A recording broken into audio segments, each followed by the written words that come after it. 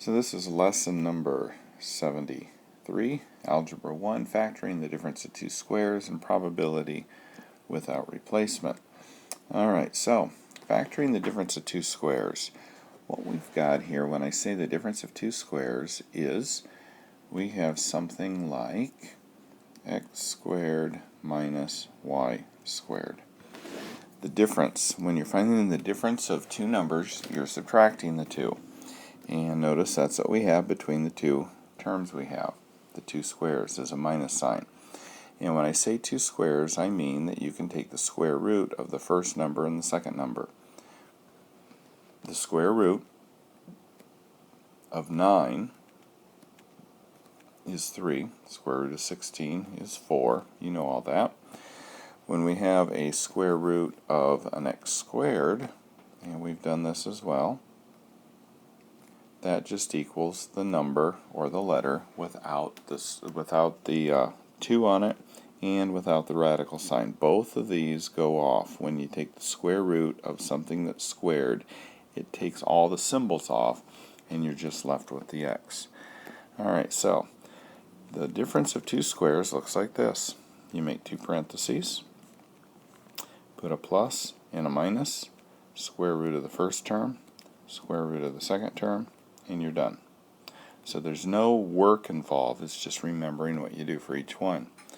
Alright, so when you have something like 4x squared minus 25, two parentheses, plus and a minus, square root of that. You look at each part individually. Square root of 4 is 2. Square root of x squared is x. Square root of 25 is 5. And you're done. M squared minus 16.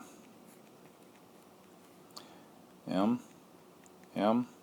plus minus square root of 16. And you're done. Okay, so not too much to solving these, but they don't get really trickier. They just get to where you have to do a little bit of other stuff before you're done.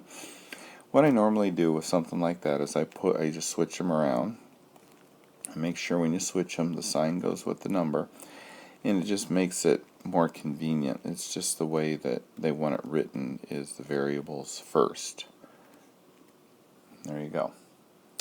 Alright, if you look at example 73.2, we have 49 m squared minus a squared, square root of the first one, 7m, square root of the second one, and it doesn't matter which one's plus and which one's minus.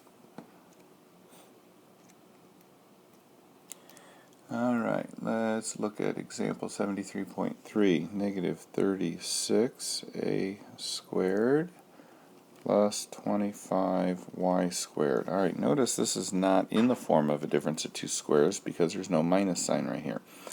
So if we put the 25y first and this second, now we can take the square root of 25, square root of y squared, square root of 36, square root of a squared, plus, minus, and you're done. So notice these are the exact same as this parenthesis, except the sign is different. And that's the way it is with all these difference of two squares. Okay. Let's do one more. Negative 36x to the 6th, y to the 4th, plus 49a squared. We're going to switch those around.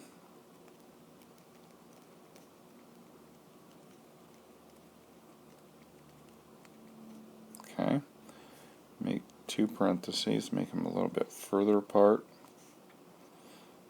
Square root of that. Square root of that. Okay, and this is where it might get a little bit tricky. To take the square root of a letter that has an exponent that's even, you because you can't take the square root with the exponent odd, so it's only going to work for even, is you divide the exponent by 2. Okay, so if we look here, a squared, how did we get that to be a in a? We took 2, the exponent here, and divided it by 2, and that equals 1, so the exponent is a 1. Okay, let's look at this one. If we did 6 divided by 2, that means we get x cubed and x cubed. And that's the square root. X cubed is the square root of x to the 6. So we just take whatever our exponent is up here, divide it by 2, and that'll give us the square root.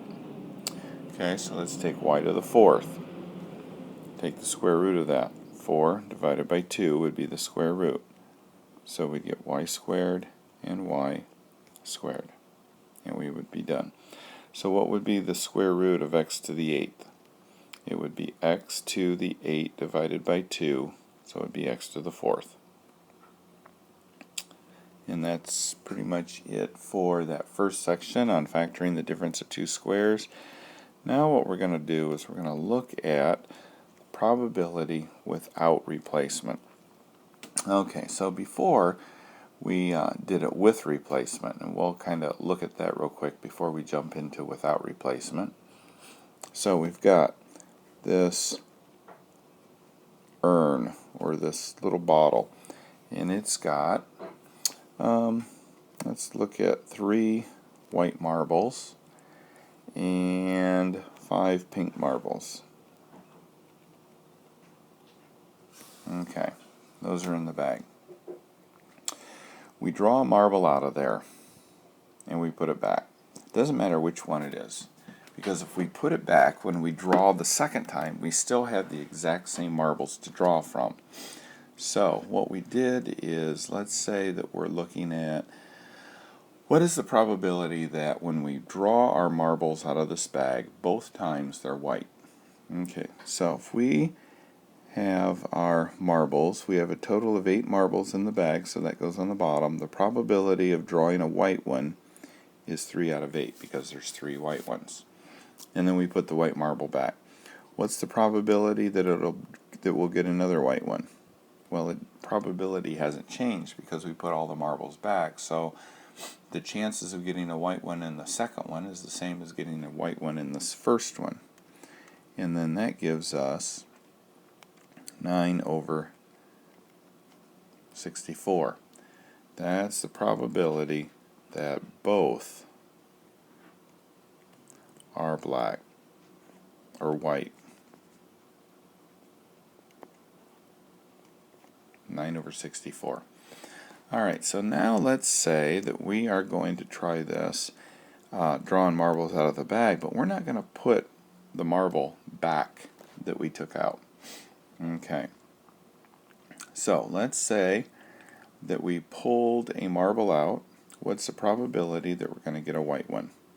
Well, it's 3 of 8. There's 8 marbles. We have a chance of drawing any one of the 3 out, so our probability is 3 over 8.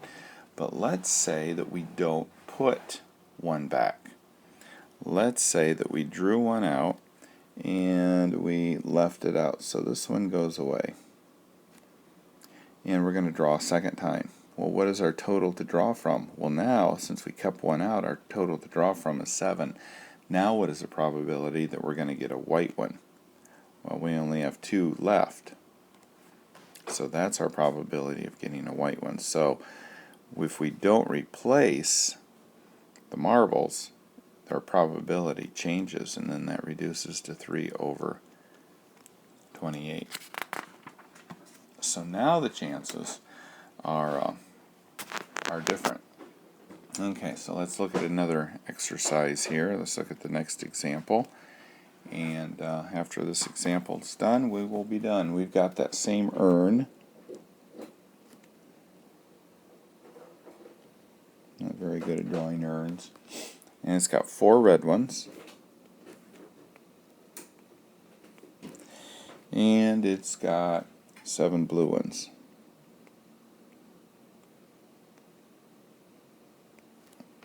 Okay. 2 marbles are drawn at random. What is the probability that the first is red and the second is blue if the marbles are drawn with replacement and without? Alright, how many marbles do we have there? We have 11.